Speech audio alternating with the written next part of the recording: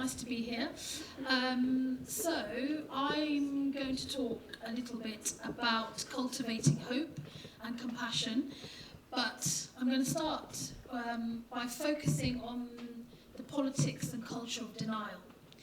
And how do we tackle that? Because if we want to see compassion, then we need to first of all tackle the culture of denial, because there are plenty of people in our country and around the world whose humanity is being questioned every single day by our so-called leaders, by fascists, let's call them what they are, and I think it's very shocking if anybody in this room or outside this room thinks that those people in particular should be showing compassion to people who deny their humanity. And so I think we need to start from that point. But I'm a massive fan of Audre Lorde, so I'm going to start with a quote from Audre Lorde. So I'm sure most of you know who she is, but she was an African-American activist, writer, and author. She also was a black lesbian woman.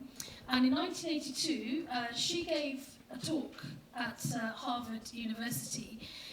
And I'm just going to read some quotes from what she said. So the talk was part of a celebration of Malcolm X. And this is what she said. Revolution is not a one-time event. It is becoming always vigilant for the smallest opportunity to make a genuine change in established, outgrown responses. For instance, it is learning to address each other's difference with respect. Something else she said.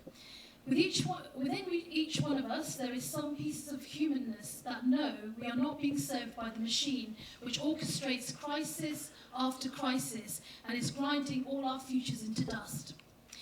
If we are to keep the enormity of the forces aligned against us from establishing a false hierarchy of oppression, we must school ourselves to recognise that any attack against women is an attack against all of us who recognise that our interests are not being served by the systems we support. Each one of us here is a link in the connection between anti-poor legislation, gay shootings, the burning of synagogues, street harassment attacks against women, and the resurgent violence against black people. Now that was in the 1980s. Here we are again. History very rarely is a new thing, okay? The wheel, basically everything is interconnected. Throughout history, we have gone through crisis after crisis. But I think for many people, they are now lacking hope, especially younger generation. They don't see any hope on the horizon, and I think that's the challenge for us. Now, there was a slide that I wanted up there, actually. Thank you. So we're 15 days into the new year, and even by the standards of the world that we're living in, it's been a pretty extraordinary 15 days. So over the past 3 years, we've had the election of Donald Trump, we've had the election of Viktor Orban and Jair Bolsonaro in Brazil, and the thumping victories of Narendra Modi in India, and of course, in the words of Trump himself, we've had the election of Britain's Trump, Boris Johnson, and let's not forget, because it's very hard to forget, the disintegration of the British left in the December election. So these men and their politics represent the exact opposite of hope and the exact opposite of compassion and human rights and all the things most of us, if not all of us in this room at least, hold dear and profess to believe in. Let's face facts. It's an overwhelming time for many people. In fact, over the past 15 days, I've had so many people contact me, and the word that connects all those individuals is the word overwhelming. People are saying, I feel scared, I feel terrified, my mental health is being impacted, I don't really know if I can muster up any energy to find some hope. So, in the last 15 days, we've had the reporting from Australia with the horrific bushfires, which have been going on for months, by the way, but our news agenda has been focusing on them specifically in the last two weeks or so. At least 1 million animals have died, including insects. Some of them we'll never be able to, we won't see again because they've been eradicated. Obviously, people have died, homes have been damaged. The climate crisis continues to be denied. Again, this is connected to the culture of denial. And then, 8 days ago, we had Donald Trump authorising the killing of an Iranian general, who wasn't a pleasant man, but that's not the point, right? So the man who was killed was an Iranian general, as I said, who was responsible for horrific crimes inside Syria, including ensuring that cities and towns remain under siege and people starve to death. But we've got the denial of Donald Trump saying that, he's done a good thing here for the world. But as we know, all this political violence is basically further destabilising Iran, Iraq and Syria and the wider region. And then we had the downing of the plane, right? And then you had the Iranian regime denying that it had taken that plane out of the sky. And we know that everybody on board, 176 people, died. And 57 of them were Canadian nationals, and they were also Iranian. And one of the reasons why this is being reported on is because of the wider context of the political violence initiated by Donald Trump. Otherwise, we wouldn't get the same level of coverage. And the fact that the people who died were dual nationals. They were members of the so-called First World, as they were from the so-called Third World. And then, here we go, Megxit. But don't worry, I'm not going to dumb down, okay, just in case anyone's worried. But this is the crux of what I want to talk about. Then we have the joy of Megxit, which continues. Now, for those of you who don't know what I'm talking about, shame on you, no only joking. So basically, Prince Harry, by the way, I'm not a royalist, I couldn't really care less about the royals. I mean, I wish them a happy life, but you know what I mean. But I'm going to explain why I'm bringing this into the equation. So Prince Harry and his wife, Meghan Markle, have decided they don't really want to fulfil royal duties. They don't want to be harassed anymore by the media. They want to be left alone. And so they apparently are going to pack their bags, and one of them has packed her bags anyway, and she's gone back to Canada. And apparently now the Queen is in the process of negotiating whatever the family negotiation is. Now, why have I brought this into the equation? I've brought this into the equation because for me, this goes to the heart. I'm just laughing because I think something quite funny is going to... hopefully you're going to laugh along with feeling a little bit horrified by what I'm going to say next. For me, this represents the absolute culture of denial in this country about what this country is. This is my country as well, I'd like to add. The history of our country, where did the wealth come from? How did we end up being allegedly Great Britain? And what we've been seeing over the past 15 days, for me, is patriarchy, white supremacy, racism, anti-human rights rhetoric, and denial on speed. And I'm going to give you a quick example of what happened to me. This happened to me 2 days ago. So a journalist from a national radio station sent me a text, and I'm going to read out the text, okay, word for word. Producer, hi Shaista, do you like my change of voice there? Would you be available to speak to XX over the phone? I've decided not to name the radio station. It is a national corporate beast of a radio station. I'm not naming them because I've been compassionate to the producer, who is very low down in the food chain, and it's just following instructions, so just to be clear, okay? So let's start again, I'll do my voice. Hi Shaista, would you be available to speak to XX over the phone at XX this evening to discuss how far the press coverage about Meghan Markle has been driven by racism? Thank you, exclamation mark. Me, hi. Is the discussion going to be focused on analysing the evidence which clearly shows the racism? Or is it a discussion about if the actual evidence can be denied as racist? Question mark. If you could let me know how this discussion is being framed, I can then decide if I want to take part. I'm not interested in being part of yet another media discussion where a woman of colour is gaslighted and told that racism isn't racism. All the best, Shaista. Do you like the way I sort of finessed passive aggressiveness there? Very British trait. Okay, producer. Hi, Shaista. Thanks for getting back to me. I think we should absolutely leave this for today. Sorry. Me. Okay, but for clarity, is this because you and the team have decided to drop the subject, or because I've asked for clarity on how the story is being framed and discussed? Shaista. Producer. The latter. So thanks for double checking. Sorry you've had some frustrating interviews this week. Full stop. Me. Thank you for the clarity and for responding. Full stop. The end. Now, the reason why I wanted to talk about this is because what a situation, right? When a marginalised person of colour asks a big corporate piece of a radio station, how are you planning to frame the story about racism and white supremacy and everything else? the response then is, don't worry, we're just going to cut you out. And I think this is where we are now with our politics, and where we are with the level of denial, the hatred, and the bigotry that has been fully mainstreamed. But just to be very clear, none of this is new. And I want to make this really clear, none of this is new. This has been going on for a very long time.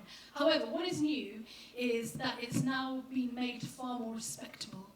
And it's become far more mainstream because of the types of so-called leaders that we have running the world. Well, that's what they think they're doing anyway. And I think it's really imperative for each of us, as other speakers have said, including you, Jennifer, it starts with ourselves. We've got to question what is our role in this, how are we living, what are we doing to challenge these forces. And one of the most extraordinary things over the last 15 days for me is how, I've been saying this for a very long time, that there's more outrage in this country at being called a racist than there is actual racism. And the other thing is, we've got into this pattern of thinking that, Trump is the bogeyman, Johnson is the bogeyman, but it's like, well, actually it's the systems that enable these individuals. The actual problem is not the individuals, it's about the systems, because we can't just pin all of this on one person, or two people, or three people. There's an entire ecosystem that supports this, and we have to challenge it, and we have to challenge our media, because our media, and I fundamentally believe in the rights of journalists, by the way. I am one myself. I've worked in countries where there are no rights for journalists, very openly dismissive of journalists. So I believe in journalists' rights to interrogate. I don't mean in the Guantanamo style sense of the word, just to be very clear. But I'm not in the business of dictating to journalists what they should ask. But I'm certainly not going to prop up any more of this nonsense. And I think that this story about Meghan Markle goes to the heart of the so-called culture wars in this country, which are being fueled by a billionaire media that is completely out of control, and that has completely toxified our media, our democracy, I should say, but then our politicians are pandering to them and playing second fiddle to them and acting out, they're kind of sitting on the fence and working out, if the Daily Mail is going to give them a high five or throw a shoe at them. And it's like, well, that's not what you're there to do. Final point I'm going to make is, I think we also need to look at politics very differently. Now, a woman like me, I was born and raised in this city. This is my city. I actually grew up in Hinckley Park. When I go into council meetings, when I go into Westminster, I was in Westminster last week, and the security guard looked at me and said, "Where are you from?" And I said, "Excuse me?" And he said, "Oh, no, what I meant to ask is, who have you come here to see?" Genuinely, right? And my friend who was with me, who's a white male, was like, "Oh my days." I was like, "Own that, bro, nothing to do with me." So I just want to say that if we feel comfortable, then we need to understand that's because most people are uncomfortable, okay? That doesn't mean you need to feel bad about feeling comfortable. It doesn't mean that you shouldn't enjoy your life and you shouldn't enjoy, the world, because the world is a very beautiful place. But we do have to ask ourselves, well, why am I feeling comfortable? And ever since I was a child, I've been going into rooms like this. My late dad was a trade unionist. My politics didn't happen randomly. I wasn't part of some quota system. And I was very lucky because I was raised by two feminists, okay? But all the rooms I go into look like this, no offence to anybody. Every time I go into the council chamber, it looks like this, okay? And it's like, well, what are we doing? It's 2020 now. Paul, you made some really excellent points about homelessness. This will be my final point, okay? I was elected a councillor coming up to 2 years ago for Rose Hill in Italy, and I feel very passionately about social justice, but homelessness in particular, because it's everywhere, you can't miss it. When I was growing up in Oxford, this city looked very different. So, together with a brilliant man called Tom Zagoria, we founded the Labour Homelessness Campaign. And anyway, last year I was part of the City Council's cross-party panel looking at no local connections. So if you don't have a connection to Oxford, it's harder for you to get access to homeless services. Now, one of the things I feel really proud of is amongst all those discussions from council officials and people who've been elected, guess what? There were no voices of people experiencing rough sleeping and homelessness. So through volunteering and through building up work and through working with great people, some of them in the room like Lucy Waring over here, I asked a group of women who are experiencing rough sleeping, and notice my language. It's not because I'm being right on, but people are not rough sleepers. There's much more to them than being a rough sleeper. I am not a hijabi. I am much more than that. Who knew? I asked women in particular, would you like to come and speak in the town hall? And they were horrified. They were like, no, why would I want to do that? What is that place? I don't, you know. So after a period of time, after lots and lots of discussions, a group of people who are experiencing rough sleeping and homelessness decided to come into the council chamber to the scrutiny committee, and they asked them questions. So it was absolutely brilliant, because first of all, that's what the town hall should be for. It should be for everyone, and democracy has to be transparent for it to be working properly, and that's part of the reason why it's not working properly. But anyway, what I found kind of really overwhelming, I'll use that word, is how the temperature in the room changed, how the air changed, because you can't go around demeaning and dehumanizing people when they're sitting in front of you, right? And just to be clear, I'm not saying that the people in the room were doing that, but there was a lot of language and terminology that hides lots of other things. And when people who are directly experiencing this horror are sitting in front of you, and they're like, what are you talking about? And you can't really carry on that way.